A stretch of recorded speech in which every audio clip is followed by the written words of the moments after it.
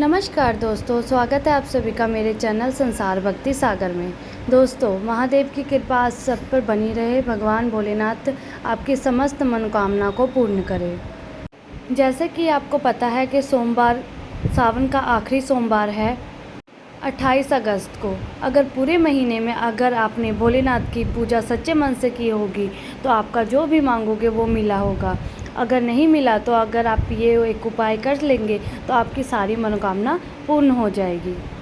जैसे कि आपके मन में कोई इच्छा है वो पूरी नहीं हो रही है, आपकी कोई कामना है जो पूरी नहीं हो रही है, आप बहुत परेशान हैं, आपके घर से, अपने जीवन से, अपने करियर को लेके भी बहुत परेशान हैं, आपका कोई आगे बढ़ने का चांस नहीं हो रहा है, आप आगे नहीं बढ़ पा रहे हैं, आपका इनकम सोर्स जो है वो ख़त्म हो गया है, तो इसके बारे में हम आपके लिए लेके आए हैं एक उपाय। अगर ये आप उपाय करेंगे तो आपके करियर में वाधा होगा, आपके पैसों की कभी भी कमी नहीं होगी, पैसों के रास्ते खुल जाएंगे, कभी भी आपको किसी चीज़ की कष्ट नहीं होगा, कोई दुख तकलीफ़ आपको नहीं आएगी, भोलेनाथ की कृपा आप पर बनी रहेगी। तो आपको क्या करना है कि 7 कांटे आपको शिवलिंग पर रखना है, इससे जो भी आप मांगोगे वो आपको मिल जाएगा। तो अब हम आपको बताएंगे सबसे पहला उपाय। पहले उपाय में ये है कि अगर जैसे कि आपका कोई काम नहीं बन रहा है, आपको परेशानी हो रही है, अगर कोई अच्छा काम हो भी रहा है तो कोई ना कोई अड़चन आ रही है जिसके कारण वो काम आपका नहीं बन पा रहा है, और आपको अपने कष्टों से अगर छुटकारा पाना है तो आपको मात्र सोमवार को प्रदोष व्रत के दिन ये उपाय करना होगा। अगर आप ये उपाय प्रदोष व्रत के दिन करते हैं तो इससे आपको 4 गुना फल प्राप्त होता है। तो आपको करना क्या है, आपको क्या करना है, आपको कांटे लेने हैं। अब कांटे लेने हैं तो आपको ये नहीं कि कोई भी पेड़ का आप कांटे ले सकते हैं। वैसे तो कांटे बहुत सारे पेड़ के होते हैं, फूलों के भी होते हैं, पर आपको किसी भी और पेड़ का नहीं लेना है, आपको सिर्फ बेल के पेड़ का कांटा लेना है, और वो कांटे आपको 7 लेने हैं। ध्यान से सुनिएगा कि 7 कांटे आपको बेल के पेड़ के लेने हैं। उसके बाद आपको एक धतूरा लेना है।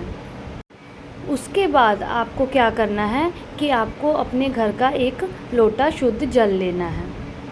इसको लेकर के आपको सोमवार के दिन आपको शिव मंदिर में जाना है। आप ये ध्यान रखिएगा आपको प्रदोष वाले दिन जाना है, और ये भी ध्यान रखिएगा कि प्रदोष व्रत का जो समय होता है उस समय में आपको भोलेनाथ के मंदिर जाना है।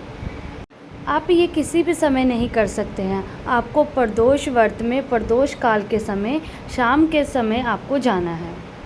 उसके बाद आपको शिव मंदिर में जा कर के आपको उत्तर दिशा की तरफ मुख करके आपको खड़े हो जाना है। आपको अगर जैसे कि कई लोग होते हैं उन्हें पता ही नहीं होता है किधर मुख करके खड़ा होना है, तो आपको हम बता दें कि जलाधारी का जो शिवलिंग का जलाधारी होता है वो हमेशा उत्तर दिशा की तरफ होता है, तो उससे ऑपोजिट हमें खड़े होना है, तब हमारा मुख उत्तर दिशा की तरफ हो जाएगा। उसके बाद आपको एक लोटा जल आपको भोलेनाथ पर समर्पित करना होगा। उसके बाद साथ में आप ओम नमः शिवाय या श्री शिवाय नमस्तुभ्यम का जाप करते हुए आपको भोलेनाथ पर एक लोटा जल चढ़ाना है। उसके बाद आपको अपना नाम और गोत्र बोलते हुए जो एक धतूरा आप लेकर के आए हैं वो आपको शिवलिंग पर चढ़ाना है। ध्यान रखिएगा जो कांटे वाला भाग होगा वो आपकी तरफ होना चाहिए, और जो डंडी वाला भाग है वो आपसे ऑपोजिट साइड होना चाहिए। उसके बाद आपको अपनी कामना बोलते हुए या आपको जो भी कष्ट है वो बोलते हुए जो 7 कांटे आप ले कर के आए हैं उसको और कहीं पर नहीं रखना है, आपको उसी धतूरे के ऊपर रख देना है। उसके बाद आपको वहाँ बैठ जाना है ओम नमः शिवाय का जाप करते हुए और श्री शिवाय नमस्तुभ्यम का जाप करते हुए वहाँ पे बैठ जाना है। उसके बाद अगर किसी और दिन करना चाहते हैं तो ये जो उपाय है ये प्रदोष के दिन होता है या प्रदोष काल में होता है। अगर किसी और दिन आप करना चाहते हैं तो आप ये उपाय सोमवार के दिन भी कर सकते हैं। ये हो गया आपका पहला उपाय, ये उपाय आप ज़रूर कीजिएगा। अब हम आपको बताएंगे दूसरा उपाय। दूसरा उपाय जो है वो किन लोगों के लिए है, जैसे कि आपका कोई काम है, आपने सबको कह दिया, सबसे कह के देख लिया, सबको बोल दिया, पर वो काम नहीं हो रहा है, वो काम अटका हुआ है, परेशान हो गए, दुखी हो गए, थक गए, सारी दुनिया को आपने कह दिया पर वो काम आपका नहीं हो रहा है, तो इस वाले उपाय को आप करना प्रदोष के दिन, तो आपके जो भी कार्य हैं वो पूरे हो जाएंगे। या फिर ये उपाय किया जाता है प्रदोष व्रत के दिन या सोमवार के दिन। इस बारी प्रदोष व्रत और सोमवार एक ही दिन पड़ रहा है, ये बहुत ही अच्छा संयोग है, क्योंकि अगर कोई ऐसा काम है जो दुनिया में कोई नहीं कर सकते तो वो हमारे भोलेनाथ ज़रूर कर देते हैं। तो आपको क्या करना है, आपको एक मिट्टी का दीपक लेना है। अगर जैसे कि प्रदोष काल नहीं है और आपकी ये उपाय आप सोमवार के दिन कर रहे हो, तो आपको एक मिट्टी का दीपक लेना है।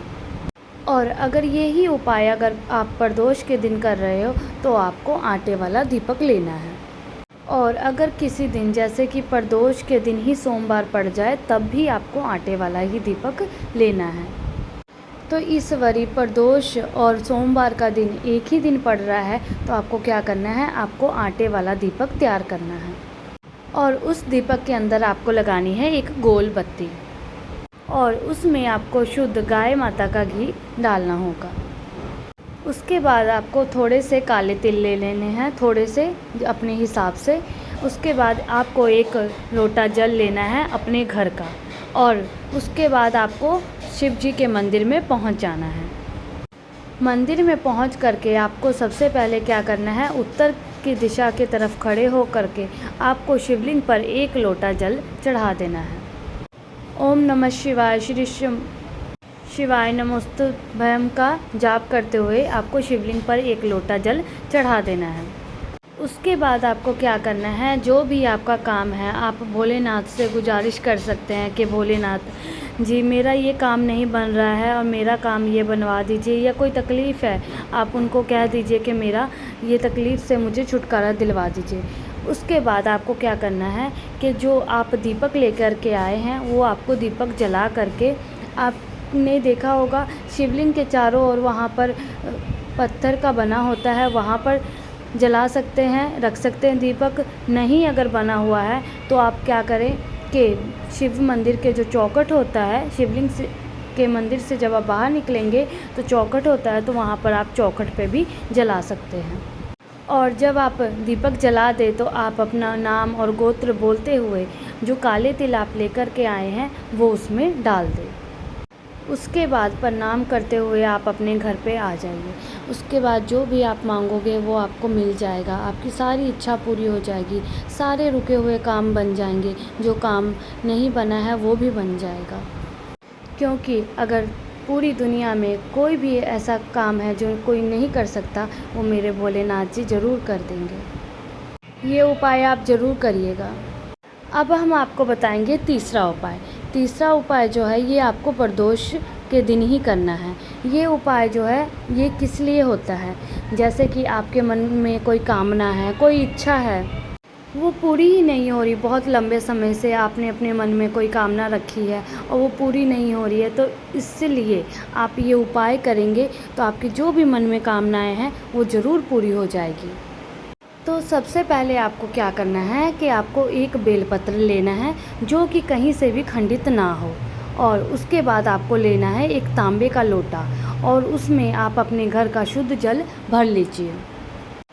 और कुछ नहीं चाहिए, इन दोनों चीज़ों को लेकर के आप प्रदोष काल में पहुंच जाना बेल के पेड़ के पास। यहाँ पर आपको जाकर के उत्तर दिशा की तरफ मुख करके आपको बैठ जाना है। ध्यान रखिएगा कि आपको बैठने के लिए कोई आसन जरूर ले जाइएगा, क्योंकि नीचे नहीं बैठा जाता है। उसके बाद आपको क्या करना है, आपको अपने दाहिना हाथ आगे बढ़ाना है और जो बेलपत्र आप लेके आए हैं वो बेलपत्र आपको अपने हाथ पर रख देना है। ध्यान रखिएगा जो बेलपत्र का जो सबसे बड़ा पत्ता है वो आपके बीच वाली उंगली पे होना चाहिए और जो बेलपत्र की डंडी है वो आपके हथेली की तरफ होनी चाहिए।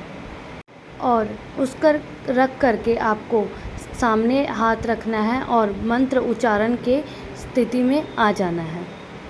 उसके बाद यहाँ बैठ कर के जो भी आपको महादेव का मंत्र आता है, ओम नमः शिवाय, श्री शिवाय नमोस्तुभ्यं, कोई भी अगर आपको जाप आता है वो आपने बोलना है 108 बार। आपने अगर 108 बार सिमरन कर लिया भोलेनाथ का, उसके बाद आपने क्या करना है, अपना नाम और गोत्र बोलते हुए अपनी मनोकामना बोलना। और उसके बाद आपको क्या करना है, उस बेलपत्र को लेकर के और एक लोटा जल जो आपने लिया था उसको लेकर के आपको शिव जी के मंदिर में पहुंच जाना है। यहाँ पर पहुँच करके आपको उत्तर दिशा की तरफ मुख करके खड़े हो जाना है। उसके बाद जो आप बेलपत्र लेके आए हैं वो बेलपत्र आप भोलेनाथ जी के शिवलिंग पर समर्पित कर देना। ध्यान रखिएगा जो पत्ती होगी बड़ी वाली वो आपकी तरफ होनी चाहिए और डंडी जो है वो जलाधारी की तरफ होनी चाहिए। उसके बाद आप एक लोटा जल भोलेनाथ पर समर्पित कर देना। ध्यान रखिएगा जब आप जल चढ़ा रहे हो तो काशी विश्वनाथ के नाम से आपको समर्पित करना होगा, महादेव जी का नाम बोलते हुए। ये जो उपाय है ये 5 प्रदोष व्रत के दिन किया जाता है, 5 बारी। पर ये उपाय अगर आप 2 प्रदोष में भी कर देंगे तो भी आपके जो भी कामना है वो पूरी हो जाएगी। भोलेनाथ आपकी सारी इच्छाएं पूरे करेंगे। उनकी कृपा आप पर बनी रहे। हर हर महादेव, हर महादेव, हर महादेव, हर महादेव।